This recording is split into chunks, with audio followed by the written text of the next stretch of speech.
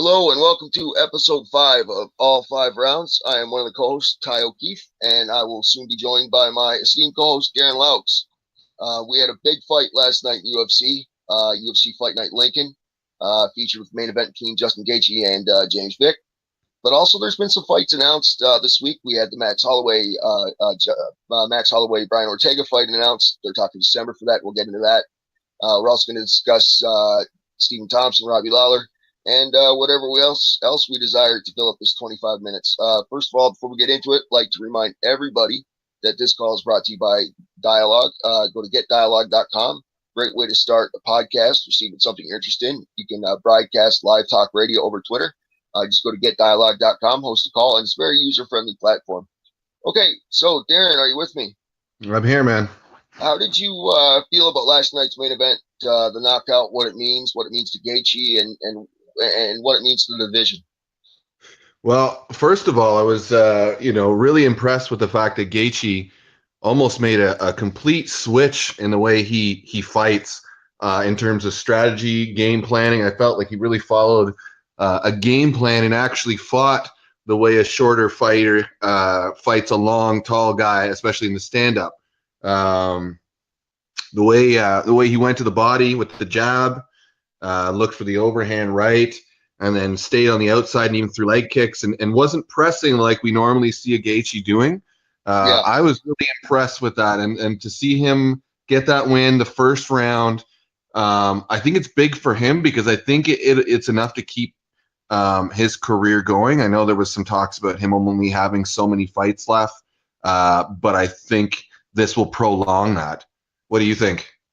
Definitely. I mean, he was so happy after winning this fight last night that he did as much with that opening round knockout as he did after the fight. I mean, he did as much for himself, rather, after the fight when he was talking to the people with Fox and he was doing the Octagon interviews, and he was just, he was on point last night for only the way he can, his trademark style of delivering post-fight comments and things like that. He truly, I think, is one of these guys who doesn't look at the rankings. He doesn't care about stuff like that until it comes down to picking the next fight. And he, after winning, I mean, he called out Tony Ferguson. Now, Tony Ferguson is going to be facing Anthony Pettis on the Khabib-Conor card coming up in October.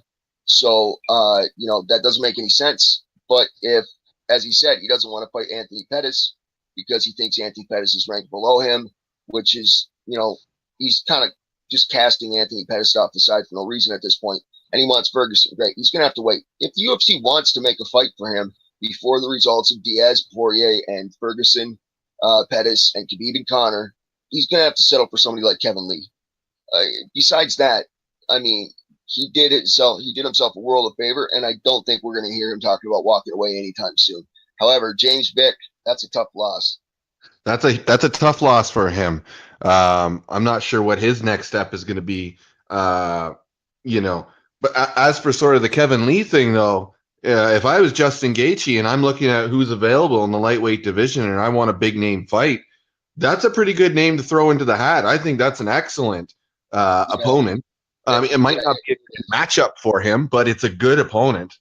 Yeah, and they're both world-class wrestlers. And the thing is, as I've said so many times, I mean, Justin Gaethje doesn't perform like a wrestler in the octagon. He's not a Matt Hughes type guy like you would think with his collegiate wrestling background.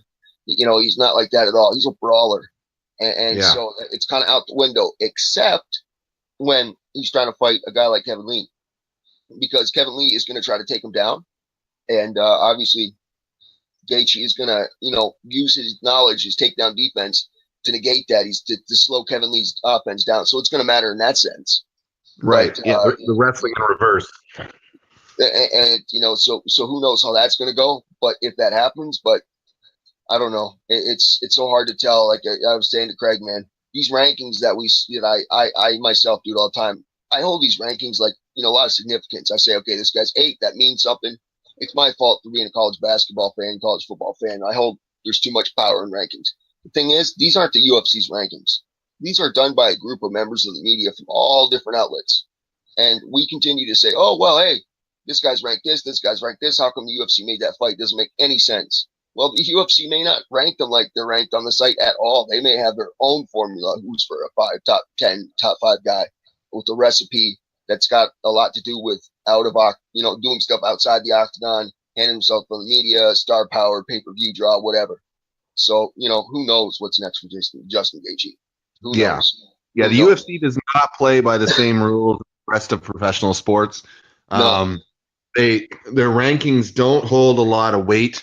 You're right. They definitely base a lot of the times a lot more on like pay-per-view buys, Yeah. popularity, and matchups that fans want to see. And that's one of the appeals too of the UFC versus other combat sports, particularly boxing, where the UFC puts on fights that people want to see. Yeah. Yeah. There's still a big population that want to see Diaz, Conor McGregor 3, and Diaz is nowhere we near. know. Yeah, he's really low. Yeah. On rating. And he hasn't fought in 2 years. And now Yeah. he's matched up against one of the top contenders in the lightweight division, of Dustin Poirier. So I mean, I think we'll see McGregor Diaz trilogy. That's another talk for another day. But he's going to get this Poirier fight if they agree to it at UFC 230. We'll see what happens. Anyways, moving on. Brian Ortega was scheduled to fight Max Holloway. I can't remember exactly when it was recently, and I apologize for not knowing that off the top of my head.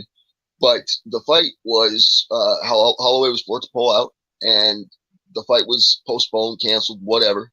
A lot of folks were thinking Ortega should take a replacement opponent on that night, and a lot of folks were mad that he didn't. And there was the whole kind of Frankie Edgar rule. Like Frankie Edgar has risked title shots before and lost them instead of waiting for the champion to come back and we could fight. And Frankie Edgar suffered that, and Brian Ortega, he just beat Frankie Edgar, so he knows, he's kind of got a firsthand perspective on that. I think he made the right decision waiting for the Holloway fight. Is my point. Absolutely. However, now that we're talking that this fight is going to be made, and it's going to be possibly in Toronto in December. Do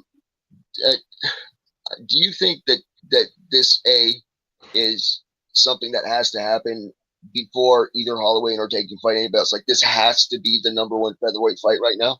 And number two, do you think that fans in Canada are going to be drawn to this fight? Is there going to be some sort, do you think it's going to appeal to fans in Canada specifically? Well, listen, fans in Canada are fight fans. So regardless of where those guys come from, what weight division, I think the fans in Toronto or Canada in general are going to flock to the fight no matter what. They should. Max Holloway is a tremendous striker and MMA fighter, not just in the featherweight division, but overall.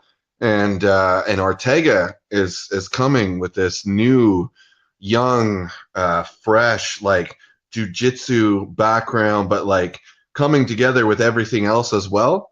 They're both exciting fighters. So I think anybody would be crazy if they don't want to see this fight. So yeah, I think people in Canada or in Toronto, they'll like the fight, and it'll perform the way it should, I'm sure.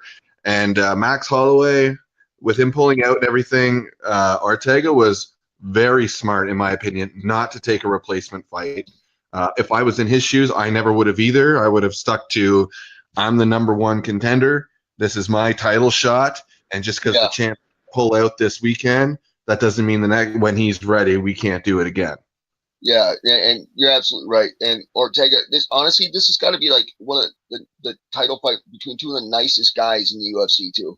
I mean, these guys are two of the nicest. I mean, Brian Ortega, he changed his life. He came out of, he could have gone down a different path, and he changed his life. And he's this really humble, very conscious guy who really cares about his surroundings, people who are around him. But he's very loyal. But he also cares about the world in a bigger picture. He also he wants to make a difference, and that's not bullshit with him. And Max Holloway, I feel, is really the same guy. And the more that we've seen out of Max Holloway as a champion, the more we've seen him develop into this type of guy who is not, he's always been so proud for repping Hawaii and doing all that stuff for Hawaiian MMA. But on a bigger scale, like these are two of the greatest, nicest guys, and they are unbelievably talented. I I was laughing. I'm sure a lot of people were today too when they heard, or yesterday when they heard that a lot of people or in Ortega's crew and his family, that they're not happy that he might be fighting in Toronto on December 8th at UFC 231 because they don't know if they can get out of the country. And a lot of us can relate to that situation, right? So Yeah. it's the struggle is real, and Ortega is one hell of a fighter. And I'm telling you guys, anybody out there who wants to see a well-rounded dude with an unbelievably grounded, amazingly, he's so talented on the ground. He doesn't get ahead of himself. He thinks well. And do you think he's one of the best ground fighters in the UFC right now? Easily. He's the modern day Gracie Jiu-Jitsu fighter. Yeah, Anybody who knows Ortega, I mean, 8 years ago, I used to watch videos of Henner Gracie, and they would do like instructional videos, and he was only a blue belt at the time, and they would use him in some of these videos online. So they've been grooming him ever since. And he is the modern day Gracie Jiu-Jitsu fighter that, yeah. that I'm sure Hoist and all of them are very proud to be able to look at and say, because I know a lot of guys who get their black belts from like, I'm thinking of some of the Gracie guys in the past, even looking at like Frank Yeager, but he's much more of a complete martial artist and more of a wrestler in many ways. Yeah. A lot of these guys anyways that use or have these black belts in the jiu-jitsu from the Gracies, they have something else that they lean on more. Whereas Ortega, he goes for it. Like he wants the submission. He wants it. He can do the other things, but he is going to hunt for those submissions. And he's so calm under pressure. Yeah. Like it's almost like disturbing to watch this guy operate in some of these horrible situations that you get into at this level. And I mean, man, this guy is nasty. And he's so calculated and he's efficient on the ground. And I know I've said efficient about a couple strikers earlier this evening, but it's true. Ortega, and he's no slouch in the stand-up game either. No, he's not. And it's almost this wave of Ortega support is almost starting to overshadow Max Holloway's unbelievable amount of support that he has. His fan base is huge. And it's going to be interesting, but don't expect any trash talk out of these guys in terms of, really shitting on each other or anything like that. It's not going to happen. These guys are not going to spar. They're not going to insult each other. They're not going to, and that's great. It doesn't have to be like this all the time, It doesn't have to be like this any of the time. So it's great to see two guys who definitely respect each other. And we're going to get one hell of a fight in Canada. And I mean, the card is shaping up pretty good. And again, that's December 8th at UFC 231. But I mean, it's great to see Toronto get a card like that. I know I'm definitely going to try to go up there and drag you up there with me. And we'll see what happens. But it's great to see this fight happening. Also, now last night, I know they always pull this where they announce other fights during a fight, which is obviously great promo. It's smart, and it's great. It's kind of convenient for fans too and members of the media because then we know if we're watching the fight, everything's coming up. So this always happens, and it kind of got overshadowed though sometimes, and that's kind of the problem with it when a big fight gets announced. During a fight, the big fight that gets announced kind of gets plugged, covered up for a few more days. Last night they announced Stephen Thompson will be fighting Robbie Lawler. And coming off his loss to Daren Till, this is a huge opportunity for Stephen Thompson. His recent record is not indicative of who he is as a fighter or where he is in this division or who he is as a contender. Make no mistake, Stephen Thompson is a very relevant dude. Do you think that this fight between these two is going to produce an immediate title contender? Immediate title contender, man, I don't know if you can go that. I don't know because can I see Robbie Lawler fighting for a title in the next fight or two? No. I mean, just the way that, he was dispatched by the champ. It's tough to say that he's good to go right back again. And then Stephen Thompson, I mean, if Tyron Woodley's still the champ, do people want to see that again? Like, I mean, yeah. It's not going to happen. It's just not going to happen.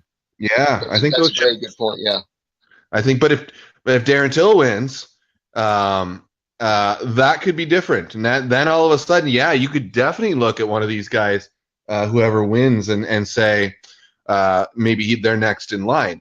But I think we're gonna have to find out what happens there first before anybody can make any speculation on that. What do you think? Well, I agree. The Till Thompson fight was such a bust that if Yeah. Till wins and say Thompson beats Lawler and Mhm. then Till wins, we're going to get a rematch. I guess we could get a rematch because it was so, I don't know, indecisive. Like there's such a lack of action that even though Till came up with the win, it's not really the type of win that he needed to get this title shot. And he himself said he did deserve the Woodley shot after that. So, I mean, Yeah. you're right. I don't think we're going to get. That's a very good point. I don't think. And after what we saw Thompson and Woodley, we know how that's going to go. The UFC's not going to book it again. Just not going to happen. So yeah, I, No. I think both these guys are going to have some more work to do. And it's going to be a great fight though. That's the thing. We cannot underestimate the entertainment potential between these guys. Thompson is such an elite striker. And Robbie Lawler is such a brawler. He just doesn't quit. There's no quitting that guy. No, So there's not. these guys are gonna absolutely, and it's gonna be in January, and we're gonna also know a lot more about the division in January. Yeah. So that I think that'll help out. But yeah, I don't know. It's a fight that has to happen. But man, it's too bad that these guys, as great as they are, they're gonna have more work to do after the fact. Yeah, unfortunately, that I think is the reality. But again, though, let's see what happens with Till and Woodley. If Till comes out on that, you never know. Yeah, and that's the thing. You never know with guys at this level. Yeah. Both these guys are such dynamic strikers that one swing and that could be it. It's going to be January 18th, and we'll know a lot more because we'll have the Woodley-Till result, and I'm Yeah. sure there's going to be a lot more welterweight business to take care of in between now and then. Um, Another thing I kind of wanted to mention, and I've said this a few times just before we close out here, is that the UFC sure seems to be doing a lot of lightweight business lately. They sure seem to be making a lot of lightweight fights all of a sudden. You're right. Almost like they've done with other divisions in the past. They did it with welterweights last year. But man, it's almost like they're like, okay, we got to get this done and taken care of now. I'm kind of worried. What happens after all this wave of big, lightweight fights? What then? What are we gonna do?